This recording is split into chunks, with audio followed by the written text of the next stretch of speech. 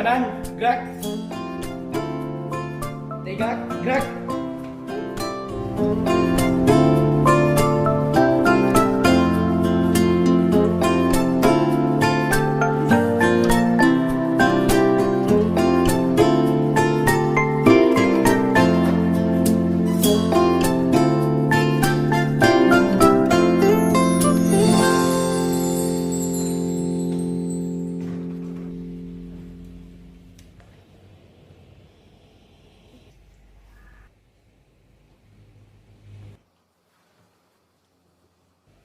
Tepuk semangat. Hu hu. Ha ha. Asik asik jos. Assalamualaikum warahmatullahi wabarakatuh. Waalaikumsalam warahmatullahi wabarakatuh. Apa kabarnya hari ini? Alhamdulillah luar biasa, tetap semangat, terus belajar. Yes, yes, yes, Allahu Akbar. Pada hari ini kita akan belajar tepuk tangan yang aneh. Siap, konsentrasi.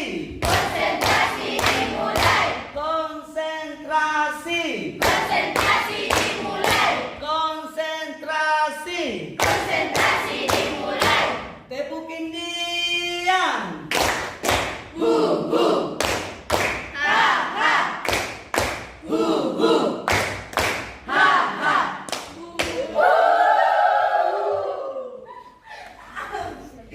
Baiklah anak-anak, sebelum kita masuk ke proses pembelajaran, marilah kita membuka pelajaran dengan membaca doa yang dipimpin oleh ketua kelas. Disilakan. Sebelum kita belajar, mari kita berdoa dulu. Berdoa dimulai. Bismillahirrahmanirrahim. Rabbi zidni ilman warzuqni fahman. Amin. Anak-anak, apa ada hari ini yang tidak masuk? Ada Pak, Darwin dan Afifa. Selanjutnya kita akan menyanyikan lagu Garuda Pancasila.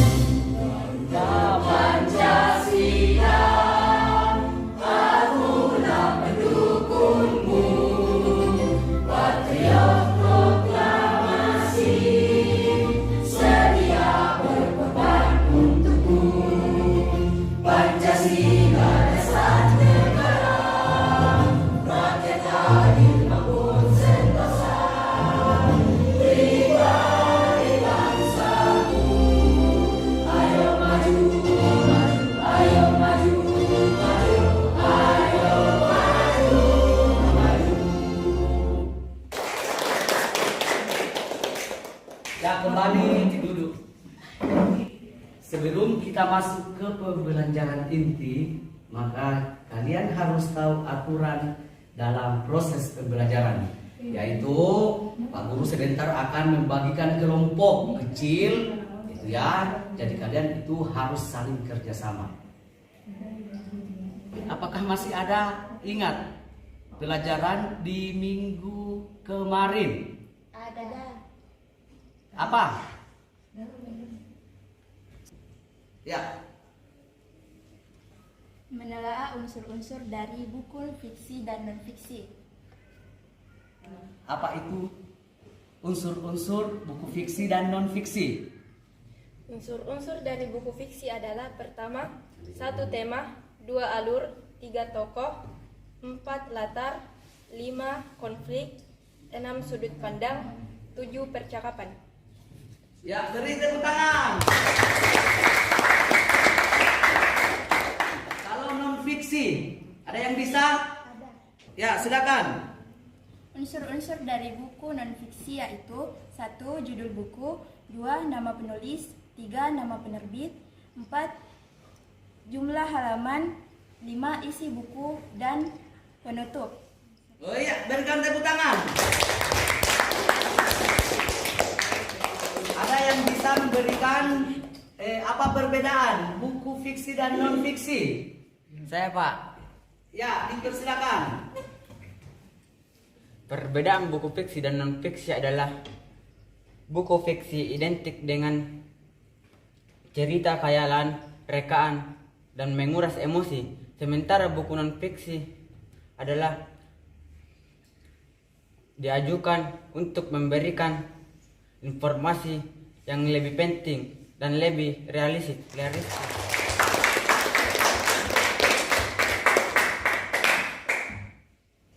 Ya, pada hari ini kita akan membahas materi selanjutnya, yaitu tentang menulis surat pribadi dan surat dinas.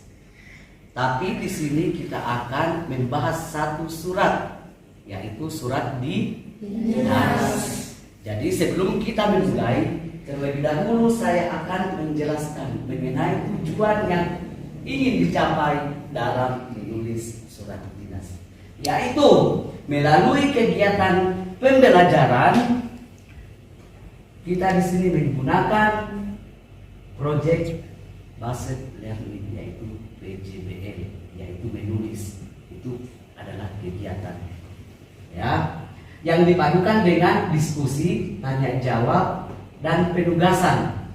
Peserta didik dapat menulis surat dinas permohonan dispensasi dengan memperhatikan pilihan kata, kelengkapan struktur, dan kaidah penggunaan kata, kalimat, tanda baca, ejaan dengan baik dan tepat.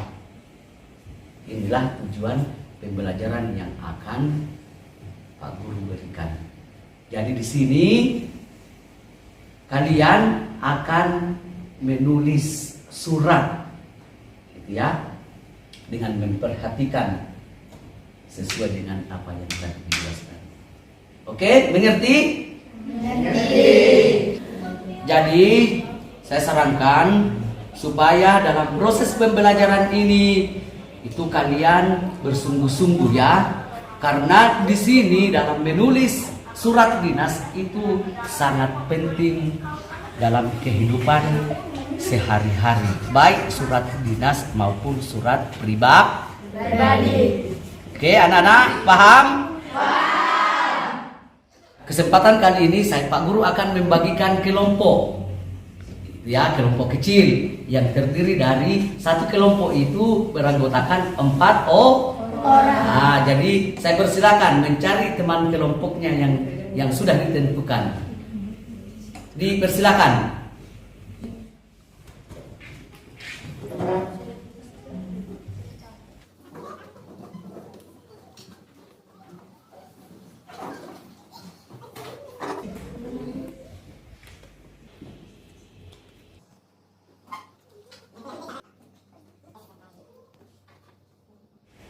Ya, anak-anakku sekalian, sekarang perhatikan ke depan. Ya, di sini ada Pak Guru saya tampilkan di samping dia mengenai tentang menulis surat dinas. Ini ya, yang disusun oleh saya sendiri. Di sini KD 412 menulis surat pribadi dan dinas untuk kepentingan resmi dengan memperhatikan struktur teks, kebahasaan, dan isi. Ini ya. Menulis surat dinas dengan memperhatikan pilihan kata, kelengkapan struktur, dan kaidah penggunaan kata, kalimat, tanda baca, dan ejaan. Anak-anakku sekalian, sekarang kita akan memutar video dan harus memperhatikan ya, video ini ada hubungan erat dengan menulis surat dinas. Jadi saya harap anak-anak sekalian fokus dan memperhatikan video yang akan diputar. Oke, paham? Paham. Silakan.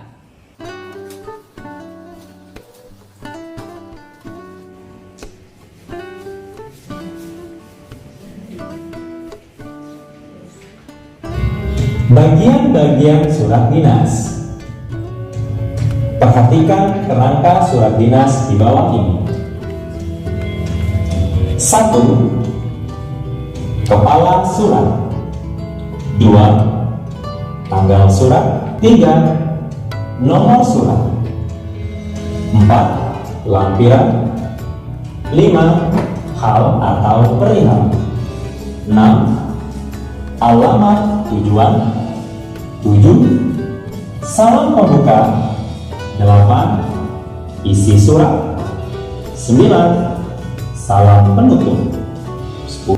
Tanda tangan, nama dan jabatan penulis surat. Dan yang 11, tembusan. Berikut penjelasan bagian-bagian surat dinas.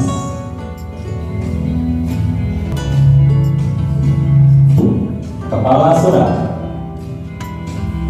Kepala surat lebih dikenal dengan istilah kop surat, yaitu bagian surat paling atas dan berfungsi memudahkan penerima surat untuk mengetahui nama dan alamat kantor instansi atau organisasi yang mengirim surat. Kepala surat biasanya terdiri atas nama kantor organisasi atau instansi, alamat, kode pos, nomor telepon, lambang instansi atau organisasi, email jika ada. Berikut contoh kop surat.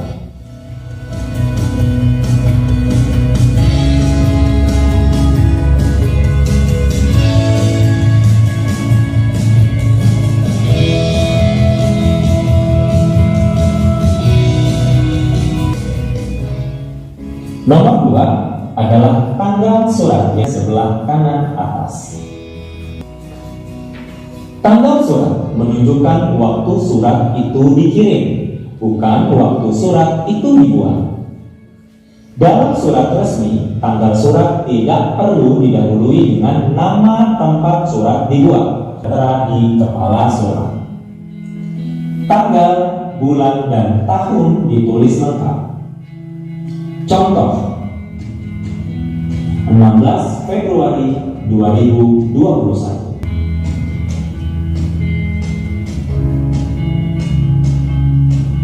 3. Nomor surat. Surat resmi biasanya mencantumkan nomor, jenis, instansi pengirim surat, dan kode surat. Nomor surat adalah urutan nomor surat yang telah dikeluarkan oleh instansi atau organisasi tersebut. Kode surat adalah kode klasifikasi masalah yang disampaikan dalam surat tersebut. Tertera pada nomor surat menunjukkan tahun pembuatan surat. Contoh,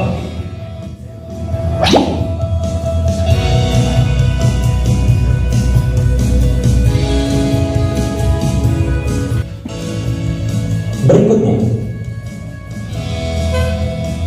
nomor 4, lampiran.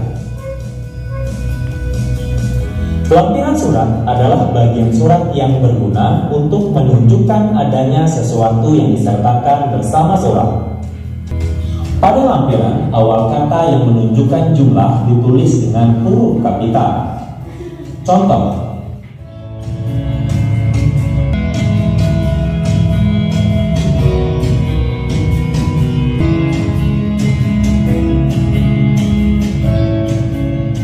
dinas yang lain adalah hal atau perihal, persis di bawah lampiran. Hal atau perihal berfungsi untuk mengetahui isi atau inti pokok masalah pada surat yang dikirim tanpa harus membaca surat tersebut secara keseluruhan. Perihal undangan. Bisa juga hal upacara bendera. Perihal boleh menggunakan kata hal atau perihal.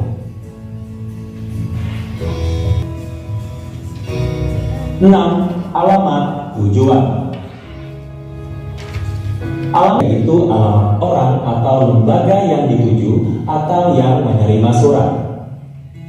Penulisan alamat tujuan haruslah jelas dan langsung tertuju pada orang yang menerima surat. Contoh, yang terhormat Kepala SMK Muhammadiyah Pangkalanbun, Jalan Jenderal Sudirman 13A, Pangkalanbun.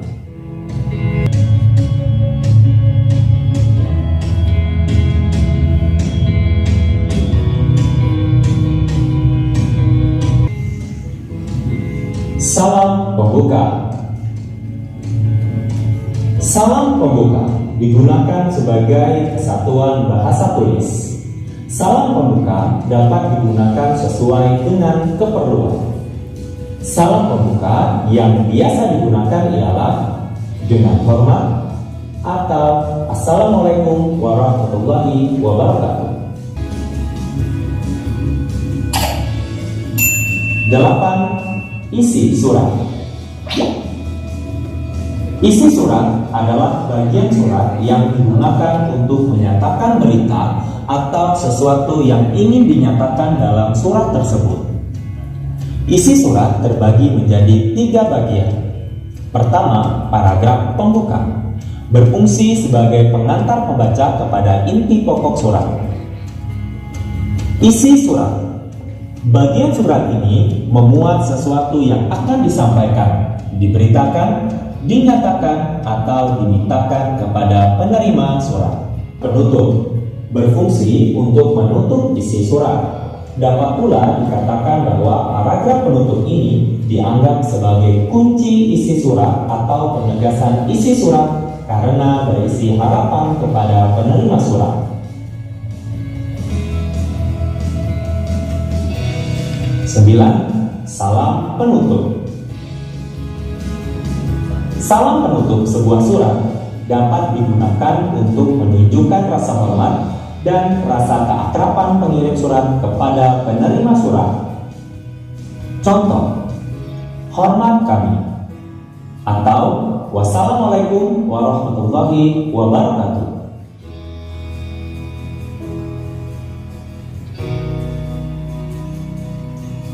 Nama dan jabatan penulis surat. Nama dan tanda tangan pengirim berisi nama terang, tanda tangan jabatan penulis surat, dan cap stempel lembaga atau instansi. Ditulis rata kanan paling bawah setelah salam penutup. Contoh, Kepala SMK Muhammadiyah Pangkalanbun, ini merupakan jabatan penulis. Syarif Winata ST, penulis surat. Dan tanda panah.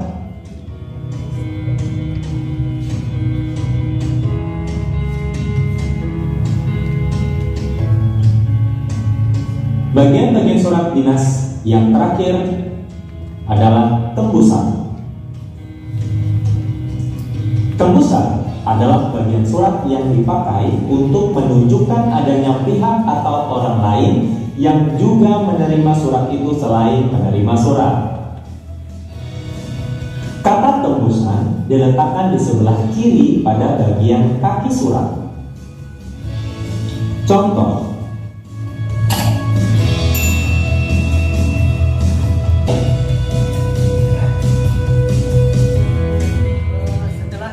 menyaksikan bersama mengenai tentang video pembelajaran, apakah ada anak-anakku sekalian yang belum paham atau sudah paham? Ada pertanyaan?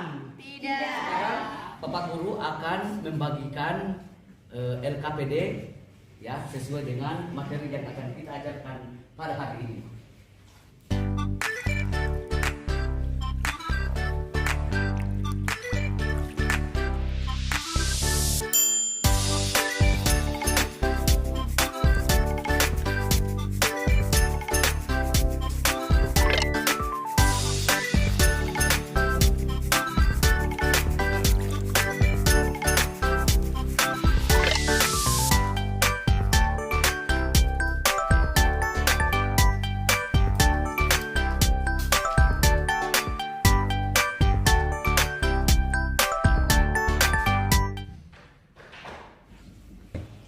Ya, perhatikan anak-anak, sesuai dengan lembaran yang Pak Guru berikan itu ada contoh format sesuai dengan KD yang sudah dijelaskan.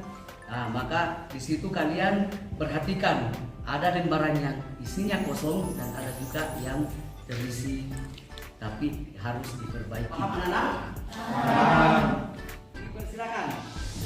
Jangan lupa saling kerjasama antar kelompoknya ya.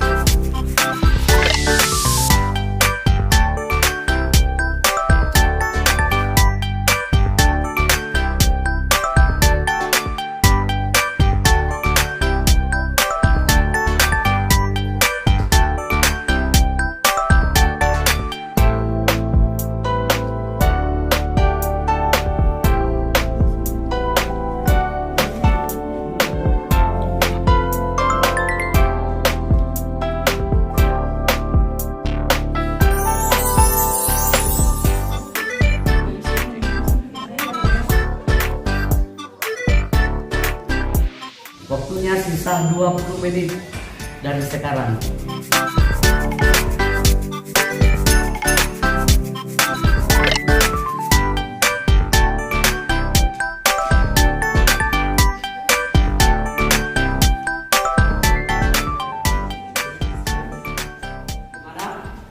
Sudah? Sudah.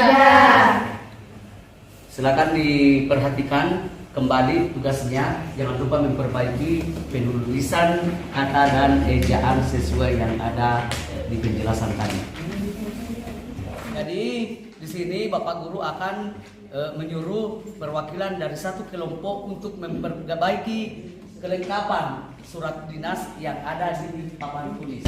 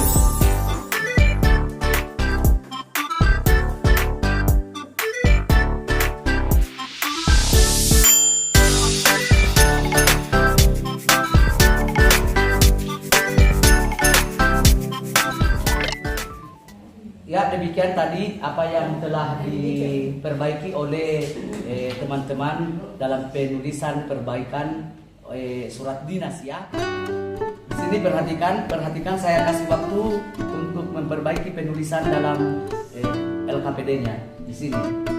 Ya. Lu perhatikan, baca dengan seksama, ada salah, alasan dengan perbaikan. Di sini hanya salahnya kalau ada huruf kapital maka diubah dengan perbaikan salah. Ya.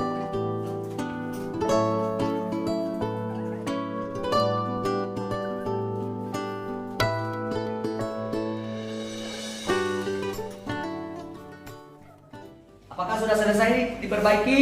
Sudah. Maka dari ini Pak Guru akan menyuruh mempresentasikan perwakilan satu kelompok untuk naik membacakan hasil kerjanya. Saya persilakan kelompok Sultan Hasanuddin. Pertemuan akan dilaksanakannya acara peringatan ulang tahun SMP Negeri 2 di Ukang, Kalmas yang ke-35. Bersama ini kami mengundang seluruh guru dan staf untuk hadir dalam rapat persiapan yang akan dilaksanakannya pada hari tanggal Rabu 12 Januari 2024, waktu 09.00 11.00 WITA, tempat Aula SMP Negeri 2 di Ukang Kalmas. Agenda Demikian undangan ini kami sampaikan mengingat pentingnya acara ini, maka Bapak Ibu atau dimohon hadir tepat waktu. Ketua Panitia Risyam Permana. Ya, tepuk tangan.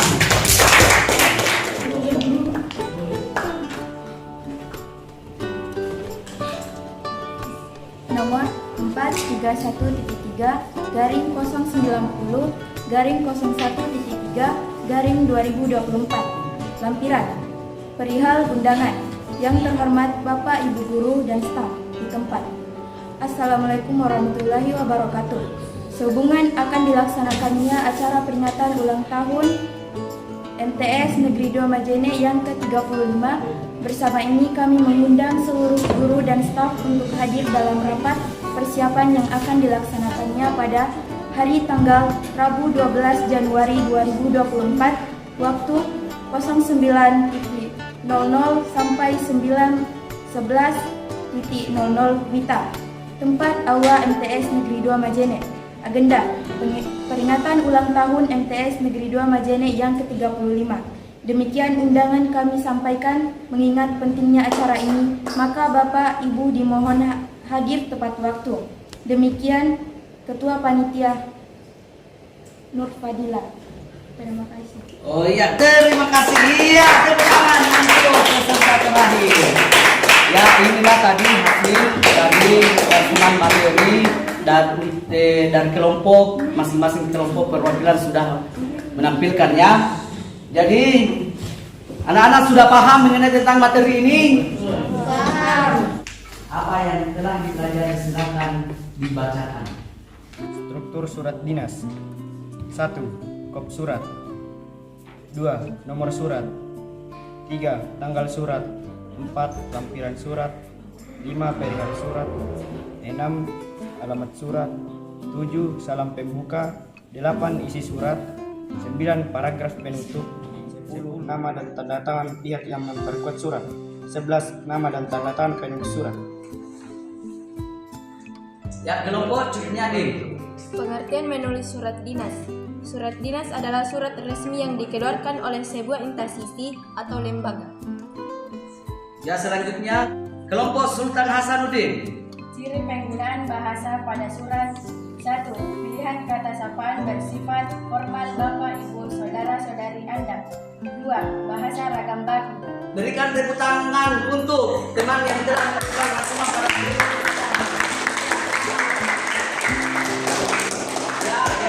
Tadi proses pembelajaran materi dari surat dinas. Jadi saya persilakan kepada kelompok masing-masing untuk mengambil materi.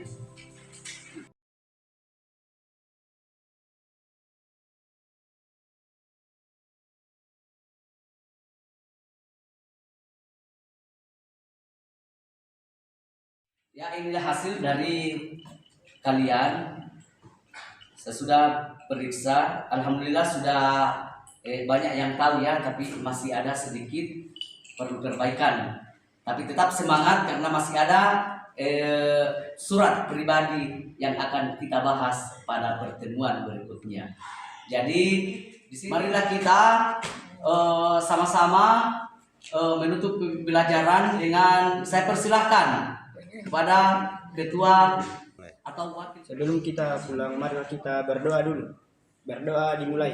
Bismillahirrahmanirrahim.